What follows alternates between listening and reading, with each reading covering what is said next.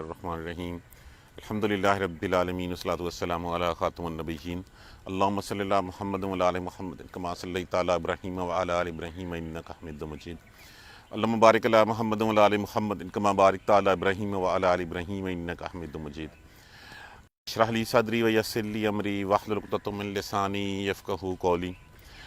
کل ہم نے آخری سورہ مبارکہ کی پچھلی آیت کریمہ کی آخری حصہ جو تھا وَلَيَنْصُرَنَّ اللَّهَ، اور یقیناً اللہ مدد کرے گا ان کی، من ینصرہ، مدد کرے گا اس کی جو اس کی مدد کرے گا۔ ان اللہ لقوی عزیز، بے شک اللہ طاقتور غالب ہے ان چیزوں کے اوپر۔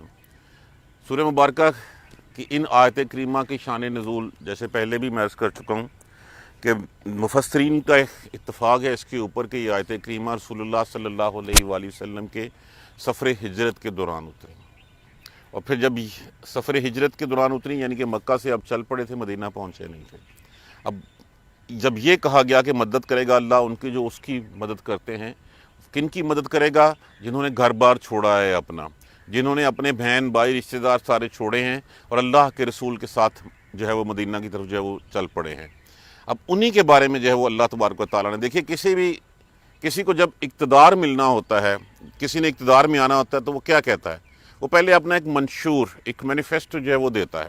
وہ منشور یہاں پہ اللہ تبارک و تعالیٰ نے مسلمانوں کا دے دیا، اور یہ صرف یہ نہیں ہے کہ یہ رسول اللہ صلی اللہ علیہ وسلم کی ذات مبارکہ تک یا اس وقت تک کی، آئندہ جب بھی اللہ والے لوگ جو ہے وہ حکمران ہوں گے تو ان کی حکمرانی کا جو پہلا کام ہوگا وہ یہ کام ہوگا جو یہاں پہ بتایا گیا ہے کہ یہ ہے وہ مینیفیسٹو ہے، یہ منشور ہے جس کے اوپر امپلیمنٹ کرتے ہیں۔ کون امپلیمنٹ کرتے ہیں؟ وہ لوگ جو اللہ کے پیارے ہوتے ہیں، جن کی اللہ مدد کرتا ہے۔ الذین، وہ لوگ کے، ان، اگر، مکناہم، اب یہ لفظ کیا ہے؟ تمکین، ان سے کیا مطلب ہوتا ہے؟ اس کا مطلب ہوتا ہے جگہ دینا، اقتدار دینا، اور اگر نون علامات متکلم کے لیے، ہم غائب کی ضمیر ہے، وہ لوگ کے اگر ہم اقتدار دیں ان کو، اگر ہم ان کو جگہ دیں، اگر ہم ان کو حکومت دیں، فی الارض، زمین میں، اگر ہم ان کو زمین میں حکومت دیں گے، وہ کیا کریں گے؟ اقاموا الصلاۃ، وہ نماز کا جو ہے وہ حکم دیں گے، نماز قائم کریں گے، پہلی بات۔ وَآتَاءُ الزَّکَاۃَ، اور وہ زکوٰۃ دیں گے، زکوٰۃ کا بندوبست کریں گے۔ نمبر 2، 1، 2، اور تیسرا وَأَمْرُوا بِالْمَعْرُوفِ، وَأَمَرُوا بِالْمَعْرُوفِ، اور وہ حکم دیں گے نیک کاموں کا، وَأَمَرُوا بِالْمَعْرُوفِ، اور وہ معروف کاموں کا حکم دیں گے، نیکیوں کا حکم دیں گے۔ وَنَہَوْا عَنِ الْمُنکَرِ، نہو کس سے ہے؟ نہیں ان سے۔ نہیں ان کا معنی کیا ہوتا ہے؟ منع کریں گے، واو الف جمع کے لیے لگا ہے، انل منکر، اور وہ منع کریں گے منکرات سے، حرام کاموں سے۔ وللہ، اور اللہ ہی کے لیے، عاقبۃ الامور، عاقبت کہتے ہیں انجام، تمام کاموں کا انجام تو اللہ ہی کے پاس ہے، ہر چیز کا انجام اللہ ہی کے پاس ہے۔ یہ ہے وہ مینیفیسٹو جو کہا گیا کہ اگر ہم ان لوگوں کو جگہ دیں، زمین میں اقتدار دیں، تو وہ یہ کام کرتے ہیں۔ وَإِن يُكَذِّبُوكَ، اور اگر یہ جھٹلا دیں آپ کو، رسول اللہ صلی اللہ علیہ وآلہ وسلم کو جو تسلی دی جا رہی ہے۔ وَإِن يُكَذِّبُوكَ، کذبہ لفظ یا علیحدہ کر دیجئے، اور کاف واو کے ساتھ کاف لگا کے کیا کر دیں؟ جمع کے لیے، آپ کے لیے کر دیں، ضمیر لگا دیں۔ کذب کا معنی کیا ہوتا ہے؟ جھٹلانا۔ وَإِن يُكَذِّبُوكَ، اور اگر وہ جھٹلائیں آپ کو، فقط، تو بلا شبہ، کذبت، جھٹلایا انہوں نے، یہاں پہ تائب جو ہے وہ جمع مؤنث کے لیے استعمال ہوئی ہے، کذبت، جھٹلایا انہوں نے، قبلہم، ان سے پہلے بھی جھٹلایا انہوں نے۔ کس نے؟ قوم نوح نے، قوم نوح نے، وعاد، اور عادیوں نے، وثمود، اور سمود نے۔ اگر یہ آپ کو جھٹلاتے ہیں تو ان سے پہلے قوم نوح، عاد اور سمود بھی تو جھٹلا چکے ہوئے ہیں۔ وقوم ابراہیم وقوم لوط، اور ابراہیم کی قوم اور لوط کی قوم وہ بھی جھٹلا چکی ہے۔ واصحاب مدین، اور مدین والے۔ وکذب، اور جھٹلایا موسیٰ کو بھی۔ فاملائی، تو لفظ کیا ہے؟ املاؤن، کیا معنی ہوتا ہے؟ ڈھیل دینا، مہلت دینا.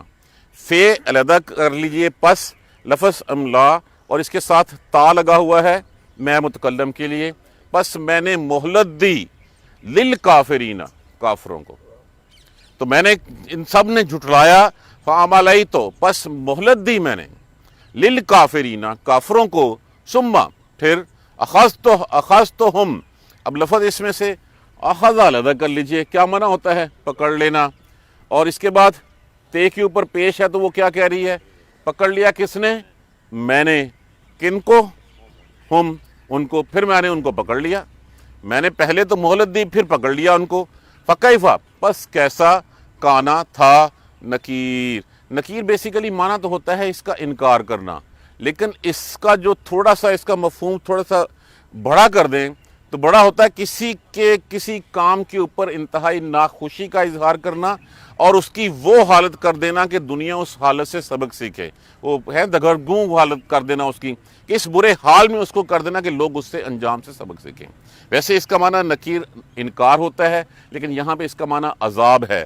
بس کیسا رہا میرا عذاب، پھر کیسا میرا رہا عذاب، کہ جس سے جو ہے وہ دیکھیں عذاب کیسا رہا، کہ یہ بتایا جا رہا ہے ان کو، پوچھا جا رہا ہے، استفہام کے معنی میں ہے فکیف کان نکیر، بس کیسا میرا عذاب تھا.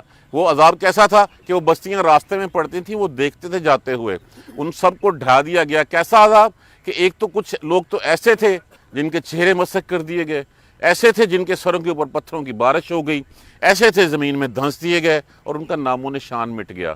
تو یہ ان کو بتایا جا رہا ہے. ایک دفعہ ترجمہ پھر دیکھ لیجئے.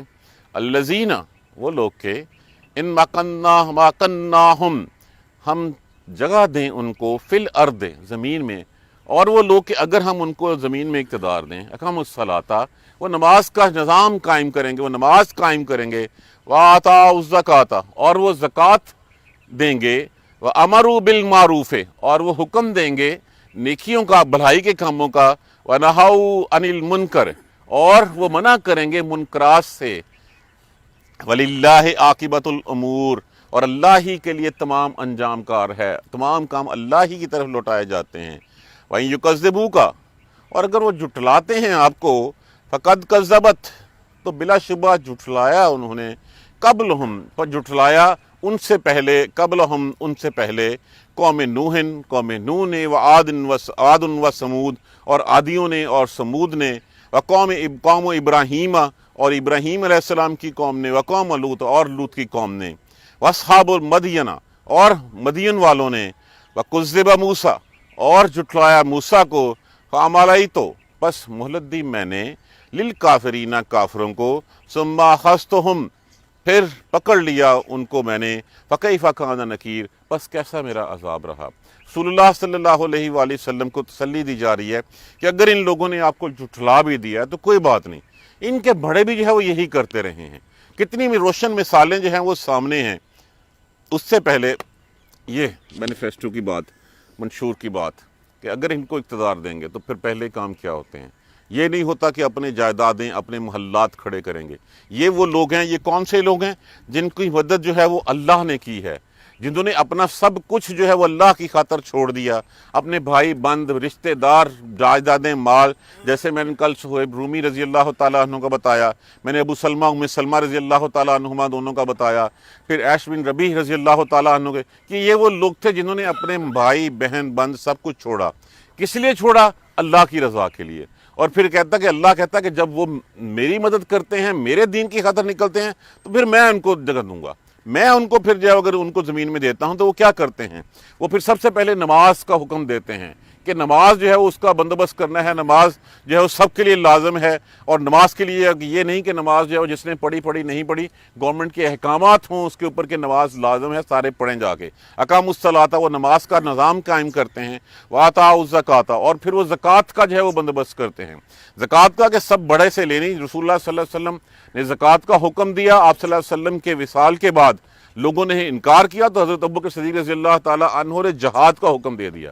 حالانکہ بہت سارے صحابہ کرام نے اس وقت جو ہے وہ آپ صلی اللہ علیہ وسلم کو قائل کرنے کی آپ رضی اللہ تعالیٰ عنہ کو قائل کرنے کی کوشش کی کہ ابھی شورش ہے، لوگ باغی ہو رہے ہیں، ابھی کچھ عرصے کے لیے اس حکم کو ملتوی کر دیجئے۔ تو فرمایا جس جہاد کا حکم رسول اللہ صلی اللہ علیہ وآلہ وسلم نے دے دیا، میں اس کو جو ہے وہ کیسے جو ہے وہ روک لوں؟ تو یہ وہ آتا الزکوٰۃ کہ وہ زکوٰۃ کا جو ہے وہ کرتے ہیں تاکہ بڑے لوگوں سے لو کے جو مفلوق الحال ہیں، جو غریب لوگ ہیں، ان کا بندوبست کیا جا سکے۔ وَأَمَرُوا بِالْمَعْرُوفِ، اور وہ نیکیوں کا حکم دیتے ہیں، وہ بھلائی کے کام کرنے کے لیے کہتے ہیں، اور وہ پھر منکرات سے روکتے ہیں۔ یہ کمپلیٹ ایک منشور ہے، یہ منشور ہے کسی بھی اسلامی حکومت کا، یہ اس وقت ان کے لیے نہیں، یہ رہتی دنیا تک کے لیے ایک مینیفیسٹو ہے کہ یہ کام کرنے ہیں۔ اگر تمہیں جو ہے وہ اللہ نے حکومت دی، تمہیں اقتدار دیا، تو تمہارے پیش نظر یہ کام ہونے چاہیے پہلے۔ جب یہ کام ہوں گے تو ہر چیز جو ہے وہ سیدھی ہوتی چلی جائے گی۔ وَلِلَّهِ عَاقِبَةُ الْأُمُورِ، اور اللہ ہی کے لیے انجام کر باقی سارے کام ہیں، جتنے بھی کام ہیں وہ اللہ ہی کی طرف جو ہے وہ لوٹائے جانے ہیں، تو اللہ ہر چیز میں سیدھا کر دے گا، اللہ ہر چیز جو ہے درست سمت میں جو ہے وہ لے جائے گا۔ تو جو لوگ جن کے بارے میں اللہ نے آخری آیت مبارکہ میں فرمایا تھا کہ اللہ ان کی مدد کرتا ہے جو اس کی مدد کرتے ہیں، اور اللہ غالب ہے، اللہ طاقتور ہے، تو طاقتور ہے، اور اگر وہ حکومت دیتا ہے، اقتدار دیتا ہے ان کو، تو وہ یہ کام کرتے ہیں۔ اس کے بعد رسول اللہ صلی اللہ علیہ وسلم جس وقت آپ نکلے ہیں تو جن حالات میں نکلے ہیں وہ سب کو پتہ ہے۔ جس طرح جو ہے وہ ہجرت پہ آپ صلی اللہ علیہ وآلہ وسلم کو مجبور کیا گیا، تو آپ کے دل میں جو ہے وہ خیال اٹھتے تھے کیا میں اللہ کا سچا نبی ہوں، اللہ کا سچا نبی ہوں، تو پھر یہ لوگ میری مخالفت کیوں کر رہے ہیں؟ تو کہا گیا اگر انہوں نے جھٹلایا ہے تو کوئی بات نہیں، تسلی رکھیے، اس سے پہلے جو پچھلی قومیں تھیں ان قوموں میں نہیں تو جھٹلایا تھا۔ آپ دیکھ لیجئے، اس سے پہلے قوم نوح سے شروع ہو جائیے، قوم نوح کی قوم نے جو ہے وہ اپنے رسول کے ساتھ کیا کیا تھا؟ 1000 سال تک تبلیغ کرنے کے بعد کتنے لوگ جو ہے وہ آپ کے صحابی بنے تھے، اور اس کے بعد عادیوں نے کیا کیا تھا، اور سمود والوں نے کیا کیا تھا، اور ابراہیم علیہ السلام کی قوم نے جو ہے وہ کیا کیا تھا، آپ کو جو ہے وہ آگ میں پھینکوا دیا تھا۔ اور لوط جو ہے وہ ان کو جب منع کیا گیا ان کے فوش کاموں سے، تو انہوں نے جو ہے وہ لوط علیہ السلام کے ساتھ کیا کیا؟ وہ مدین والوں کا قصہ بھی آپ کو پتہ ہے، وَكُذِّبَ مُوسیٰ، اور موسیٰ کو بھی تو جھٹلایا گیا تھا۔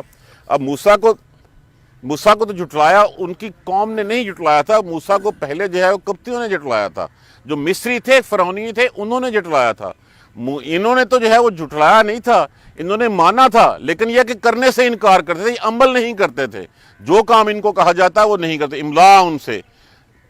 پھر ہم مہلت دیں، یہ اللہ کا قانون ہے، یہ اللہ کی سنت ہے کہ اللہ ہر گناہ پہ فوراً نہیں پکڑتا۔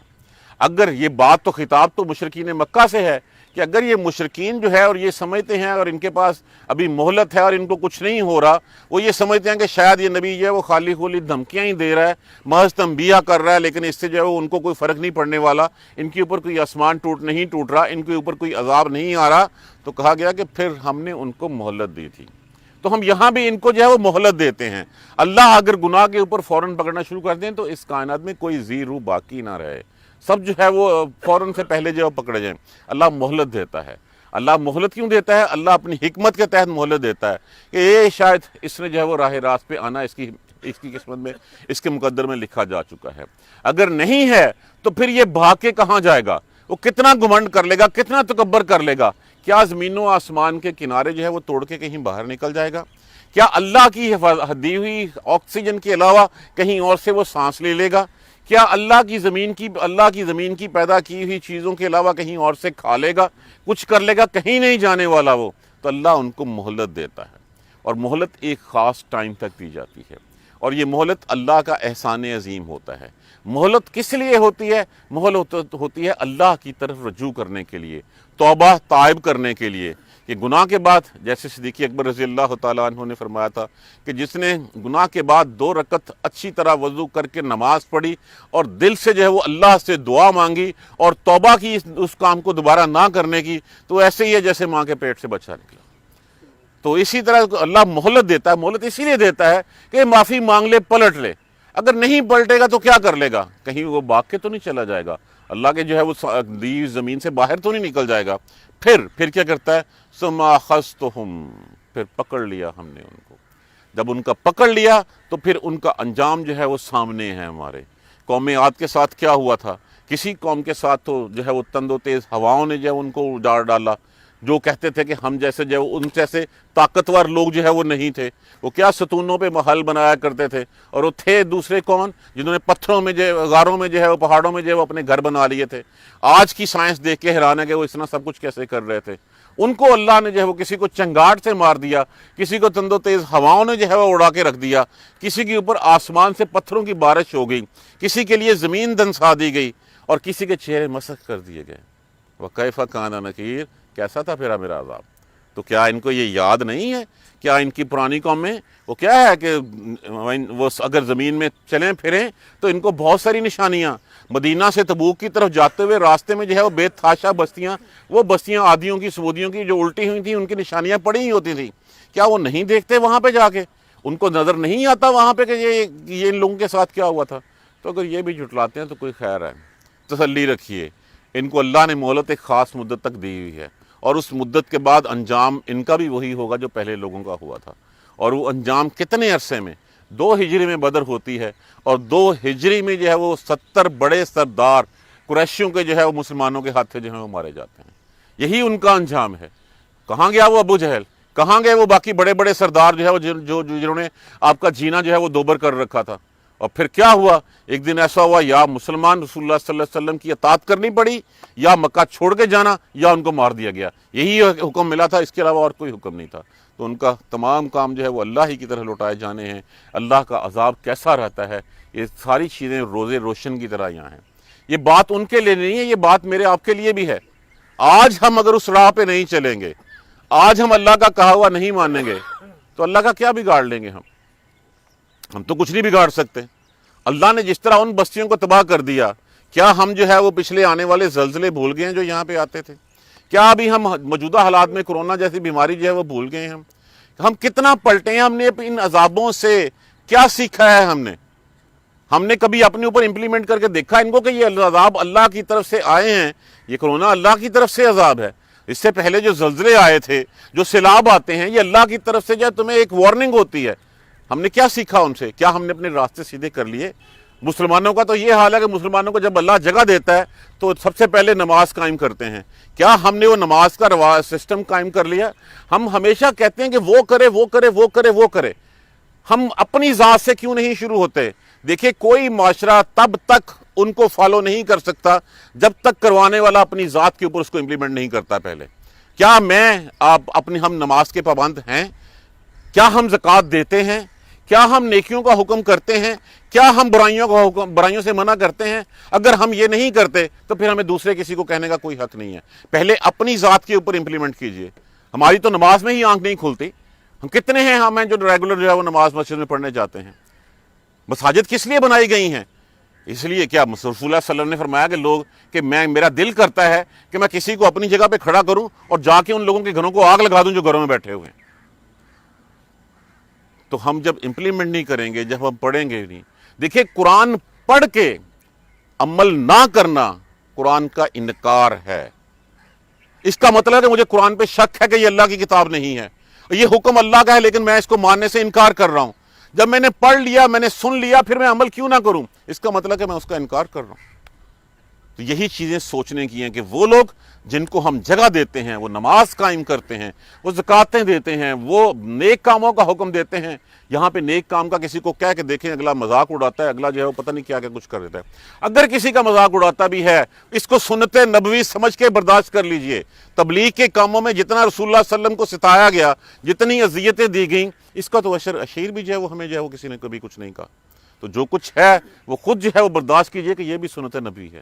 آج اگر کوئی آ کے جو ہے اٹھ کے آگے کر بھی جاتا ہے تو ایک اور سنت پوری ہوگی، سمجھ لیجئے کہ ٹھیک ہے، لیکن اپنے اس کام سے باز مت آئیے۔ جب اللہ اقتدار دیتا ہے، جب حکمرانی دیتا ہے، اور یہ حکمرانی کا مطلب یہ نہیں ہے کہ مجھے ملک کی حکمرانی ملے گی ہی تو میں بنوں گا، میں کچھ کروں گا، مجھے UC چیئرمین لگایا جائے گا تو تبھی میں کچھ کروں گا۔ بھائی میں اپنے گھر میں تو حکمران ہوں، اپنے اہل و عیال کے لیے، اپنی زوجہ کے لیے، تو کیا میں سب سے پہلے اس گھر کی سلطنت کے جو ہے وہ ٹھیک نہیں کروں گا؟ اگر میں وہاں پہ کہنا رک جاؤں گا تو سب سے پہلے بگاڑ میرے گھر سے شروع ہوگا۔ اگر اس کو ٹھیک کرنا ہے جہاں پہ اللہ نے مجھے جگہ دی ہوئی ہے، تو پھر مجھے یہ کام کرنے ہوں گے۔ نماز بھی دینی ہوگی، نماز قائم کرنی ہوگی، اور نماز میں یہ نہیں کر سکتا کہ بچوں کو تو میں کہتا رہوں کہ نماز پڑھو اور خود میں نہ پڑھوں۔ جب تک خود رول ماڈل نہیں بنوں گا، جب تک اذان کی آواز سن کے میں تڑپ نہیں اٹھوں گا تو اولاد کے اوپر کوئی فرق نہیں پڑے گا۔ جب میں زکوٰۃ کو جو ہے وہ ایک سمبل نہیں بناؤں گا، میں بتاؤں گا کہ اللہ نے حکم دیا ہے اپنے مال سے یہ نکالنا ہے، اپنے مال کو پاک کرنے کے لیے نکالنا ہے، تو پھر میں دوسروں کو کیسے جو ہے وہ راستے پہ لکھاؤں گا؟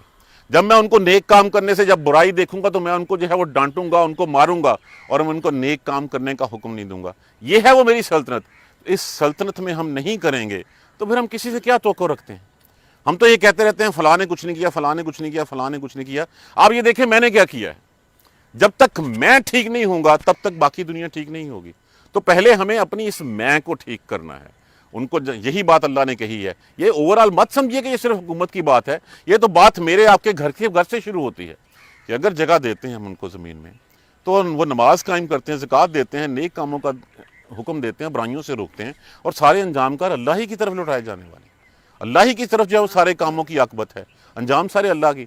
دیکھیے ہر کام کرنے سے پہلے یہ سوچ لیجئے اللہ کی رضا کس میں ہے۔ اگر کام میں اللہ کی رضا ہے تو کر گزریے، اللہ کی رضا نہیں ہے تو اس کام کی جو نفی کر دیجئے، چھوڑ دیجئے اس کو۔ کس لیے؟ اس لیے کہ میرے اللہ نے اور میرے رسول نے اس کا حکم نہیں دیا۔ اگر میں اللہ اور اس کے رسول کے دیے حکم کے منافی بات کرتا ہوں، اس کا مطلب ہے کہ میں اللہ اور اس کے رسول کی شریعت کا انکار کر رہا ہوں۔ مجھے کہا گیا اطیعوا اللہ و اطیعوا الرسول، اس کے علاوہ میں سرمنہ انحراف ایک ذرا برابر بھی نہیں کر سکتا۔ جو کہا گیا ہے وہ کرنا ہے، اپنی ذات نہیں، اپنی نفسانی خواہشات نہیں، جو اللہ اور اس کے رسول نے کہہ دیا وہی کرنا ہے۔ اور اگر یہ لوگ جھٹلایا رسول اللہ صلی اللہ علیہ وسلم کو تو اس سے پہلے بھی بڑوں نے جھٹلایا تھا۔ مہلت دی ہم نے ان کافروں کو اور پھر پکڑ لیا ہم نے ان کو، تو کیسا انجام ہے؟